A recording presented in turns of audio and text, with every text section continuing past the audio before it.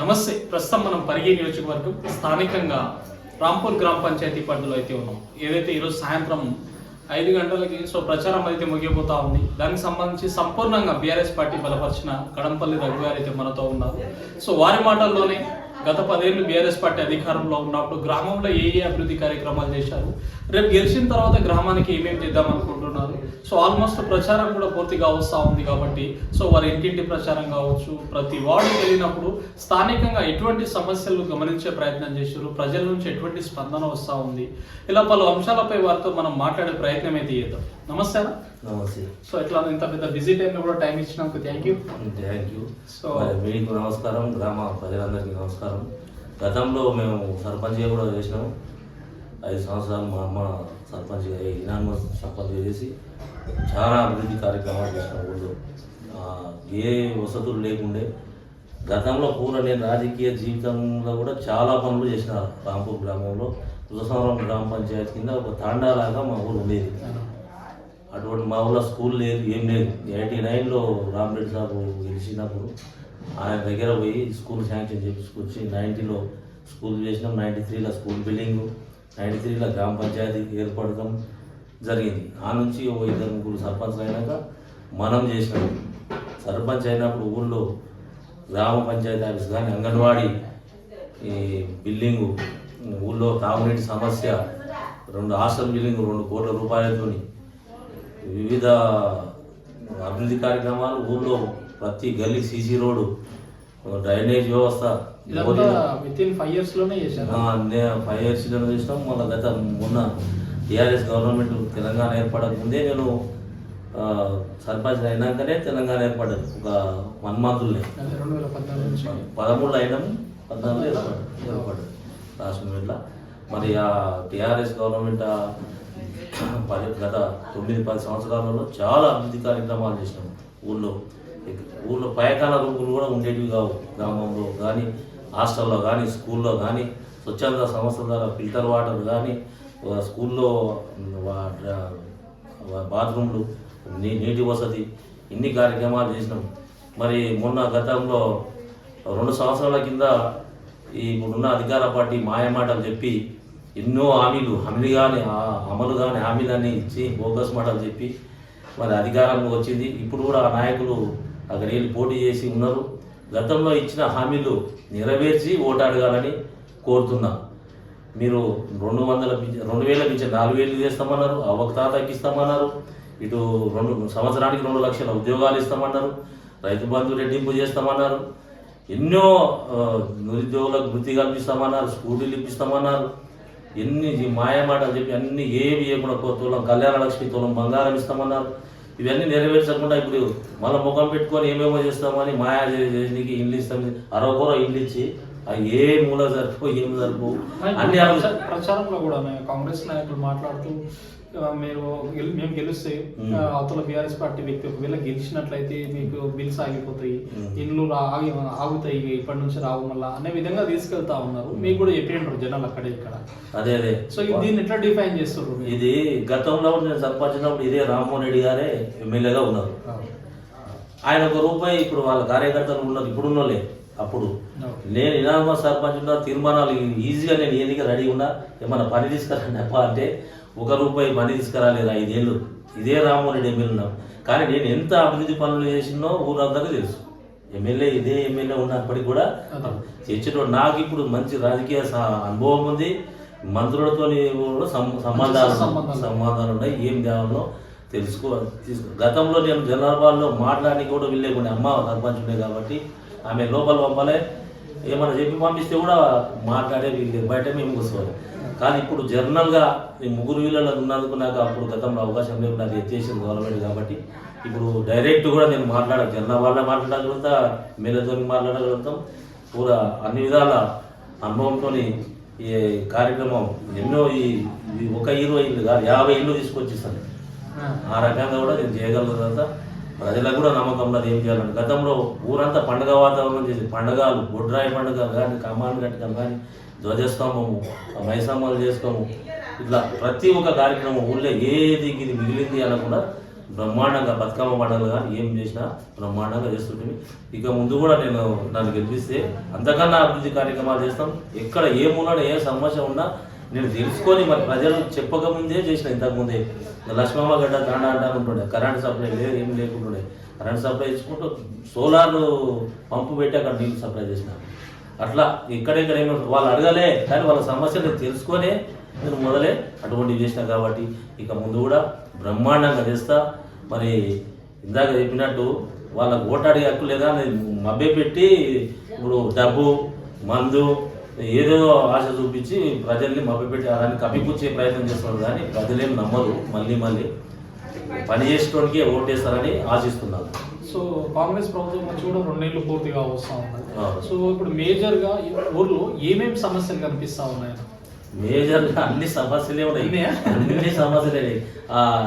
వచ్చినప్పుడు సంది గవర్నమెంట్ మట్టి చేసింది లేదు, ఒక రోడ్డు చేసింది లేదు, అభివృద్ధి కాదు.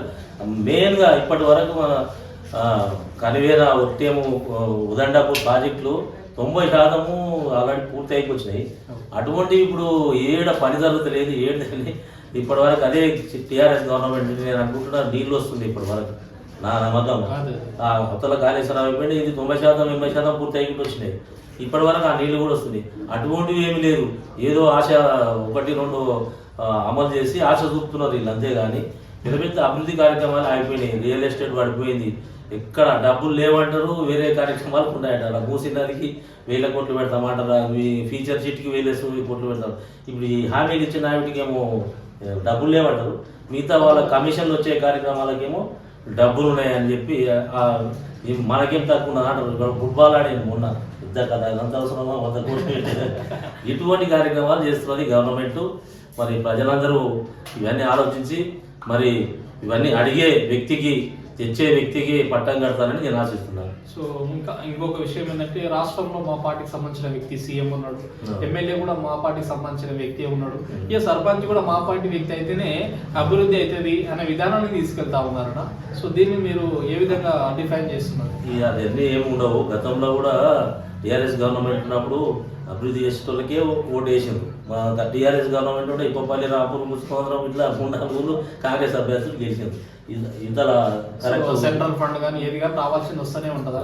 సెంట్రల్ ఫండ్ ఆల్రెడీ ఆగిపోయింది. గమన ఇప్పుడు అందుకోసమే పెట్టిండ్రు. తోత లేకుంటే ఎంపీటీసీ ఎలక్షన్ అది పెడతామని అనుకున్నది. అవి పోయితే ఇంకా ఇదే అయిపోతా అనే ఉద్దేశంతోనే ముందు ఇది తీసుకొచ్చిన. మొన్న జూబ్లీ ఎలక్షన్లో ఏదో గుడ్డిమారి దాటిదే గెలిచి దాన్ని ముందర తీసుకొచ్చి మళ్ళీ ముందుకు పోతామాట. నిన్న మొన్న కూడా గతంలో మీరు పక్కన జరిగినాయి కదా, ఓరాహోరి ఎక్కడన్నా వీక్ ఉందా? ఇక్కడ కూడా వీక్ లేదు. ఓరాహోరిగా వాళ్ళు దాన దండోపాయాలు అన్ని చేసి గెలవడానికి ప్రయత్నం చేస్తున్నారు. చాలా టఫ్ ఉంది. ఇక ముందు వచ్చేదిలే పోయేది. ఇక 2 సంవత్సరాలు అయితే గవర్నమెంట్ అండర్ ఫ్లాప్ పోయేది. వచ్చేది టీఆర్ఎస్ గవర్నమెంటే. ఇంకా బ్రహ్మాండంగా అభివృద్ధి చేస్తామని అనుకుంటున్నాం. సో ఇప్పుడు రాంపూర్లో దాదాపు 4-5 మంది క్యాండిడేట్స్ ఉన్నారు నామినేషన్ వేసిన దాంట్లో, సర్పంచ్ అభ్యర్థులు. సో వాళ్ళందరినీ కాదని రేపు ఎల్లుండి డిసెంబర్ 17కి కడంపల్లి రఘుకు ఓటు వేయాలంటే ఒక ఓటర్ ఏం చూసి వేయాలి, ఎందుకు వేసం వేయాలి? నేను గతంలో చేసిన పనులు తెలుసు. నేను ముగుసూటిగా మాట్లాడే వ్యక్తిని. ఎటువంటి సమస్యలున్నా ఆ పంచాయతీలో మెయిన్ ఇవే జరుగుతుంటాయి. భూముల పంచాయతీ కానీ, వ్యక్తిగతంగా పోలీస్ స్టేషన్లో, అటువంటి పోలీస్ స్టేషన్లో నాకు 30 సంవత్సరాలు మంచి పేరుంది. ఏమన్నా ఇంటికి వెళ్ళి కంప్లైంట్ ఇస్తే కూడా ఆ పోలీస్ స్టేషన్కి వెళ్ళి ఎస్ఐ గారు నాకే అడుగుతారు, ఏ సర్పంచ్ అడగరు, ఏంది వీళ్ళు వచ్చి సమస్యలు మాట్లాడతావా, ఏం సార్ అని పోవటం మాట్లాడటం ప్రతిదీ కాంప్రమైజ్ చేస్తారు. వాళ్ళకి తెలుసు ఈయన వస్తే రఘు వస్తే కాంప్రమైజ్ చేస్తాడు. వాళ్ళ టీంని ఎంట పెట్టుకొని వచ్చి నచ్చ చేయించేస్తాను. ఎక్కువ శాతం మేము ఆ ఊరికి వెళ్ళి కాంప్రమైజ్ కేసులు చేసుకుంటాం. ఇట్లా ఏ పంచాయతీ ఉన్నట్టు చేస్తాం. మళ్ళీ గతంలో మా పెద్దలు హాస్టళ్లకు ఇండ్లకు జాగాలు ఇచ్చారు. నేను కూడా నా సొంతంగా కూడా స్కూల్ కట్టించిన. మేము ఎంతో మందికి ఈ రకంగా హెల్ప్ చేసినాం. 2 మంచి సొంత పొలమే, స్కూల్ కానీ హాస్టల్ కానీ టోటల్ మా సొంతం డొనేషన్ ఇచ్చిన పొలంలోనే అవన్నీ ఉన్నాయి. చేసుకుంటూనే వస్తున్నాము. మరి అవన్నీ గమనించి మళ్ళీ కూడా నాకే ఈ 4 మధ్యలో కూడా నాకే గెలిపిస్తానని అనుకుంటున్నాను. సో ఫైనల్గా డిసెంబర్ 17 రోజు మన రాంపూర్లో ఓటింగ్ అయితే ఉండబోతా ఉన్నాను. సో రాంపూర్ ఓటర్స్కి ఫైనల్గా ఏం చెప్పదలుచుకున్నారు? ఈ ఓటర్సే నన్ను నిలబడమని చెప్పారు వాళ్ళ ఫస్ట్ నుంచి ఫైట్ వచ్చిన ఒత్తిడి. ఫస్ట్ నీవు ఉండు ఇక మంచి జరగలేదు గతంలో అటు ఉన్నావు బాగా చేసినావు ఇప్పుడు నువ్వు ఉంటే అన్ని విధాల సమస్యలు ఇదైతే అని వాళ్ళు చెప్పితేనే దాన్ని నేను ప్రిపేర్ అయినా ఉన్నా మరి వాళ్ళందరూ చెప్పినట్టుగానే నేను ఉన్నా కాబట్టి వాళ్ళ సమస్యలు అన్నీ కంపల్సరీ తీరుస్తానని కోరుకుంటూ నాకే ఓటేయాలని వాళ్ళని విజ్ఞప్తిస్తున్నా ఇంకా చాలామంది మీరు ఇక్కడ చూస్తున్నారు బయట కూడా వాళ్ళని కూడా ఒకసారి అడిగితే మీరు చెప్తారు నా బలపరిచిన వ్యక్తులందరూ వెంబడే ఉన్నారు చేస్తున్నారు కృషి చేస్తున్నారు రేపు అధిక మెజార్టీతోనే నేను గెలుస్తానని భావిస్తున్నాను. సో ఇది ఏదైతే కడంపల్లి రఘు గారి మాటల్లో స్థానికంగా గ్రామంలో రాంపూర్లో సో గతంలో సో వాళ్ళ మధ్య అయితే సర్పంచ్గా పనిచేసిన అనుభవం ఉంది. సో అప్పుడు కూడా సాధ్యమైనంత వరకు బీఆర్ఎస్ పార్టీ అప్పుడున్న అధికారులతో కావచ్చు అప్పుడున్న ఎమ్మెల్యే గారితో మాట్లాడి గ్రామంలో సాధ్యమైనంత వరకు అభివృద్ధి కార్యక్రమాలు సో పల్లె ప్రకృతి వనాలు కావచ్చు శ్మశాన వాటికలు కావచ్చు సీసీ రోడ్స్ కావచ్చు డ్రైన్స్ కావచ్చు సో రైతు బంధు ఇవి గవర్నమెంట్ వచ్చి ఎక్స్ట్రా స్కీమ్స్ కాకుండా గ్రామంలో సాధ్యమైనంత వరకు అభివృద్ధి కార్యక్రమాలు చేసే ప్రయత్నం అని చేసినామని చెప్పేసి ఆరపూర్ ఎక్కడైనా మిగిలిపోయిన పనులు కూడా రేపు December 17 గెలిచిన తర్వాత గ్రామాన్ని అభివృద్ధి విషయంలో అంటే కేవలం ఎలక్షన్ ముందర వచ్చి ఏదో చెప్పి ఏదో చేసే విజయం కాకుండా దాదాపు వారి కుటుంబం నుంచి కొన్ని ఏళ్ళ నుంచి స్కూల్ కోసం ప్లేస్ ఇవ్వడం కావచ్చు హాస్టల్స్కి ఇవ్వడం కావచ్చు ఇన్ని సేవా కార్యక్రమాలు చేస్తూ ఉన్నారంటే గ్రామస్తులందరూ వీటన్నిటిని ఆలోచన చేయాలి. రేపు సర్పంచ్ అనే పదవిలో సరైన వ్యక్తిని సమర్థమైన వ్యక్తికి మనం ఆ అధికారాన్ని ఇచ్చినప్పుడు గ్రామం అనేది అభివృద్ధి విషయంలో ఇంకా వెళ్ళడానికి అవకాశం ఉంటుంది. గ్రామంలో సో ప్రతి ఒక్కరి సో ఆల్మగల మధ్యలో కావచ్చు ఇక్కడ చిన్న చిన్న గొడవలకైనా ప్రతి దానికి కేసులు అవుతూ ఉంటాయి. సో తర్వాత మళ్ళీ కేసులు ఇక్కడ అక్కడ అవన్నీ లేకుండా ఒక గ్రామ పెద్ద ఒక సరైన వ్యక్తి సర్పంచ్ అనే పదవిలో ఉన్నప్పుడు ప్రతిదీ గ్రామంలోనే సామరస్యంగా సో ప్రతి ఒక్కరు ఒక సోదర భావంతో ముందరికి వెళ్ళడానికి అవకాశం ఉంటుంది. కాబట్టి ప్రతి ఒక్క వ్యక్తి ముఖ్యంగా రాంపూర్ December 11 రోజు రాంపూర్ ఓటర్లందరూ ఆలోచన చేసి మనం సరైన వ్యక్తికి సమర్థవంతమైన వ్యక్తికి ఆ సర్పంచ్ పదవిలో ఇచ్చినప్పుడే గ్రామం అనేది ఇంకా అభివృద్ధిలో ముందరికి వెళ్తూ ఉంటుంది. కాబట్టి వీటన్నిటిని ఆలోచన చేసి మీరు సరైన ఓటుని సరైన వ్యక్తి కేసు గెలిపించుకుంటారని కోరుకుంటాము. Thank you. బ్యాట్ గుర్తుకు ఓటు వేయగలరని మనవి చేసుకుంటూ గ్రామస్తులకు సెలవు